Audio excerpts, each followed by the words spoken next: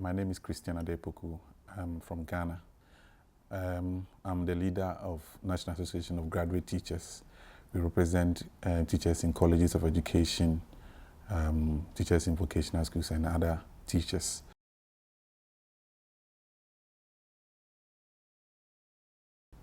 We have seen some schools that are springing up, private schools to be specific, and they call them low-cost private schools or low-fees private schools. And they have a lot of support, not only from governments in these countries, but also from donor agencies. And we think that it is further going to aggravate the problems that we have in access to education and trying to create equity in education. When we continue to encourage private schools to spring up all over, what it means is that we will not be able to create the equity. We are painting the picture as if education is a commodity instead of it being a human right issue. What is important here is the people who are living on less than $2 a day. If you're going to establish private schools and charge them to go to school, it's going to be hard. We have Omega schools, we have Star schools, where you go to school. If you pay your fee, if you are not able to pay your fees the first time, they put a blue band on your wrist. The next day you put a yellow band there. The next day, if you are not able to pay, red band, and you're going out. That is a worry. There are a lot of misconception about the public system not performing well and so on. But the problem boils down to resources. If the public system is properly resourced, if we channel all resources through the public system, we will be able to educate people well, and we'll be able to create the needed equity.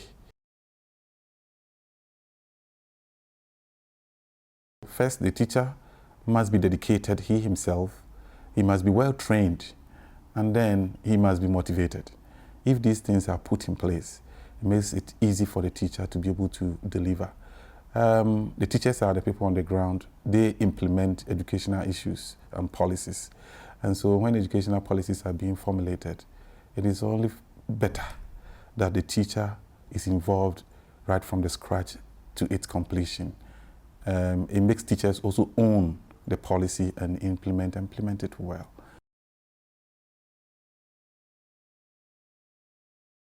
Inclusive education is very, very important.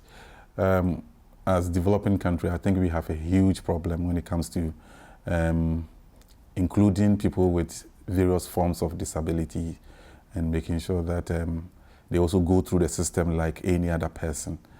Laws are passed every day protecting the rights of these people, but unfortunately they are not properly implemented because the resources are not there. If you go to most of our schools, they are not disabled friendly. Most of the schools are not able to accommodate people who are dumb, deaf, and so on. We have few schools that are specialized in training these people. Apart from that, they are not well integrated into the system when they are separated from the others.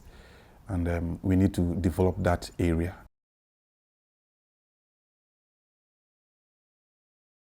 The environment within which education is delivered is also a very big problem for us. Most of the schools are not really conducive for teaching and learning.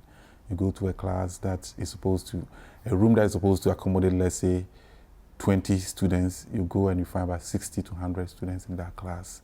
It makes it difficult rather, for the teacher to be able to move around and offer individual help to students and people who need special assistance. And it makes teaching very, very difficult. Somebody said that when you are in such a class, you are doing class crowd control instead of class control and teaching.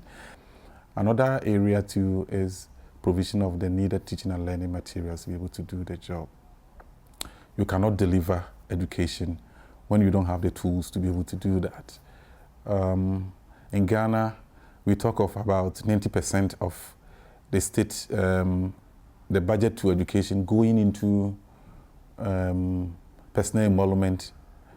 But the question is, if you are using about 90% to pay salaries of workers, then how much are you allocating for resources teaching and learning materials and the school building and those things. How much are you allocating for that? So eventually what is happening is that maybe, just maybe, you may be paying people for not doing the job, or you may be paying people but you are not using the right materials to do the job. So that's also another area that we have to look at.